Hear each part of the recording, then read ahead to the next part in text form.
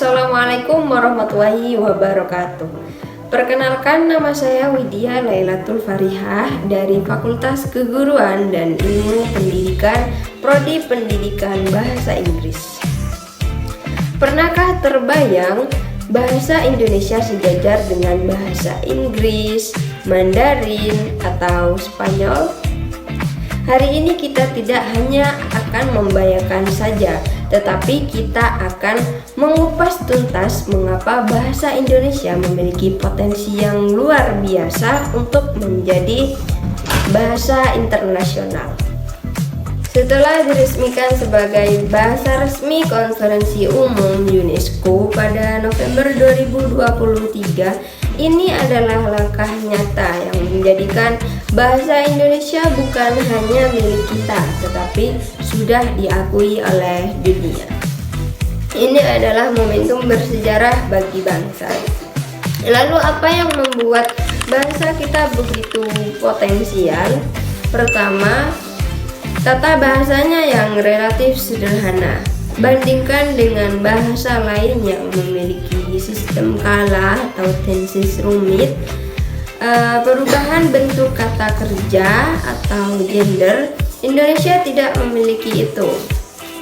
Kata-kata seperti makan, minum, atau saya itu tetap sama, terlepas dari siapa yang berbicara atau kapan kejadiannya.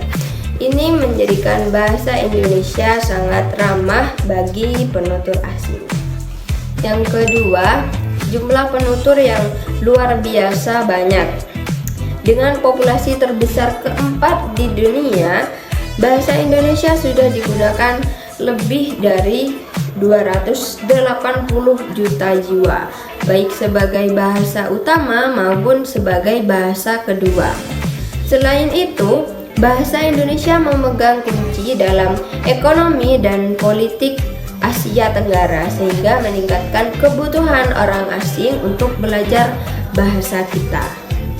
Yang ketiga, bahasa Indonesia adalah jendela budaya yang kaya. Ketika seseorang belajar bahasa Indonesia, mereka tidak hanya mempelajari kata-katanya saja, tetapi pintu gerbang untuk memahami keragaman budaya, adat istiadat, dan keramahan bangsa kita.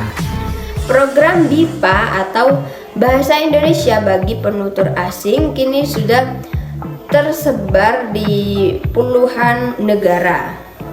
Banyak pelajar asing yang antusias belajar karena daya tarik pariwisata, seni, dan keramahan masyarakat Indonesia yang sudah dikenal dunia. Lalu, apa peran kita sebagai pemilik bahasa?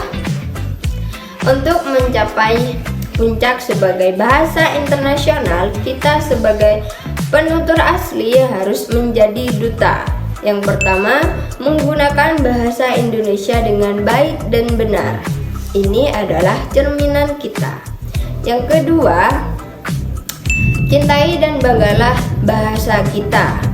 Jangan minder menggunakan bahasa Indonesia baik dalam forum formal maupun internasional.